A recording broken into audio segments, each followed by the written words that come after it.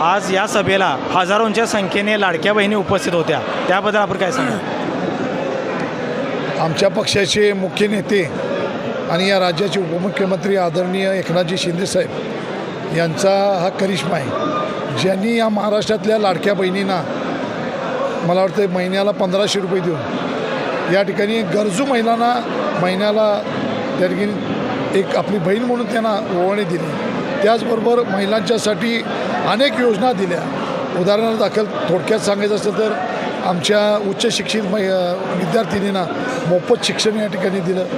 मुलींच्यासाठी आज आपण बघितलं असेल की ज्या ज्या ठिकाणी स्कॉलरशिप्स परीक्षा आहेत त्या ठिकाणी त्यांना मदतीचं हात दिला.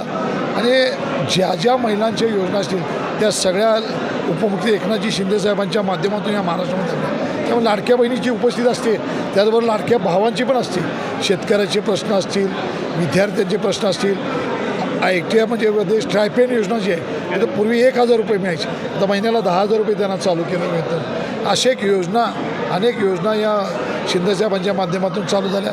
आणि शेवटी शिवसेना ही हाडाचा कार्यकर्ता शिवसैनिक आहे. शिवसेनेच्या माध्यमातून प्रत्येकाच्या घरापर्यंत विकासाची कामं पोचलेली आहेत. त्यामुळे आमच्या पक्षाच्या नेत्यांच्यावर विश्वास आहे आणि आमची शिवसेना हिंदुत्वचे सम्राट बाळासाहेब ठाकरे आणि आनंद दिघे यांच्या विचारांना जाते.